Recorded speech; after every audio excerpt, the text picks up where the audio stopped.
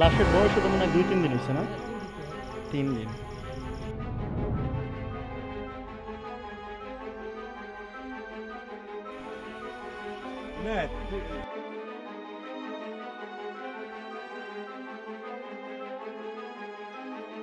একটু আচ্ছা, এই বৃদ্ধ বয়সে আপনার বাবা মা একই সাথে আসলে মারা গিয়েছে বা হত্যা করা হয়েছে, বা এমন একটি সংবাদ আমরা পেলাম, কিন্তু আসলে আপনি ছেলে হিসাবে এই বিষয়টি আসলে কি বলতে চান, বা আপনার বলার কি আছে যে বৃদ্ধ বয়সে এমন একটি ঘটনা ঘটলো, বা কাউকে এই ব্যাপারে সন্দেহ করা হচ্ছে কিনা?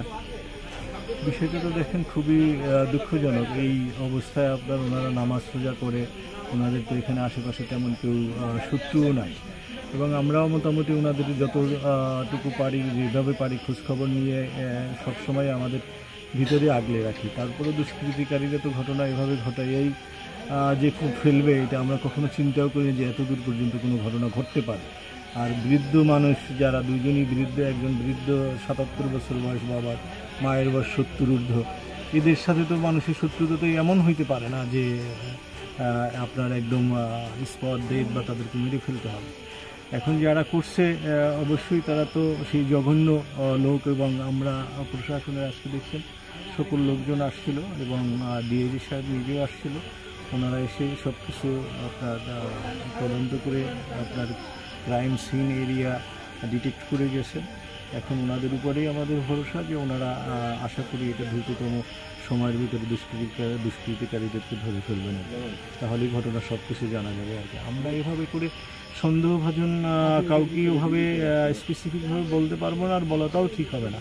তবে এমনিতে আশেপাশের লোকজন তো জানেনি, গ্রামগঞ্জে একটু এরকম থাকি দুষ্কৃতিকারীরা, তো সেটা হয়তো কাউকে সন্দেহ আমাদের হইল, সেটা এখনই আমরা কথা বলবো না। এখন তো বুঝেন, আজকে আমরা খবর পেয়ে আমরা দৌড়ে আসছি বাবা মারা গেছে।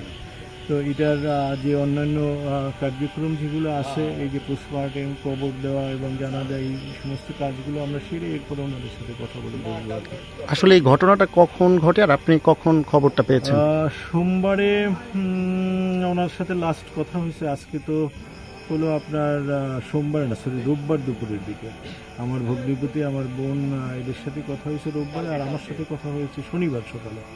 তো শনিবার রোববার পর্যন্ত কথা হয়েছে, সোমবার মঙ্গলবার আমরা মিস করছি। তো না পাওয়ার কারণেই আমরা এই ফোন করে, যেহেতু এটা এনসার্কেল করা, বাউন্ডারি করা, অনেক বড় একটা বাড়ি, তো ভিতরে থাকতে তো বাহির থেকে ওইভাবে বোঝা যায় না। পরবর্তীতে আমরা লোকজন ফোনে করে যে কেন তাদের কোনো সারা শব্দ পাওয়া যাচ্ছে না, ফোনও পিক করতেছিল না, ফোন রিং হচ্ছিল। তো পরবর্তীতে যখন ফোন ধরে না, এরপরে আমরা এখানে আশেপাশের যে লোকজন আছে, একজন দোকানদার আছে, পাশেই দোকান, ওনাকে বললাম যে আপনি একটু দেখেন কী অবস্থা, এমার্জেন্সি একটু দেখেন।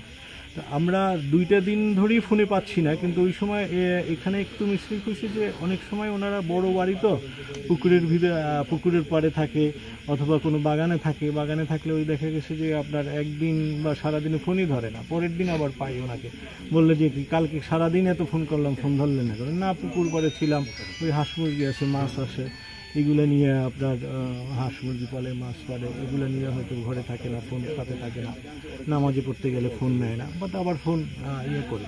এই 2 দিন হওয়ার কারণে আর কি আমরা এই তাড়াতাড়ি ফোন করে সবাই, আমিও দৌড়ে আসছি, আর আমি লোক পাঠাইছি যে দেখো যে এখন তো এটা কেন এরকম হইতেছে। তো আলটিমেটলি তো আসলে আমাদের দুর্ভাগ্যটা এমন যে এত টাইমে আর কি বাবা। এখানে দুটো লাশ হয়েছে, একজন পুরুষ, একজন মহিলা, দুজনেই বৃদ্ধ। একজনের অনুমান বয়স হচ্ছে 77, আমরা ধারণা করছি মানে 75 to 80-র মধ্যে, আর একজন 65 to 70-র মধ্যে হতে পারে। তো আমরা একেবারেই প্রাথমিক পর্যায়ে আছি।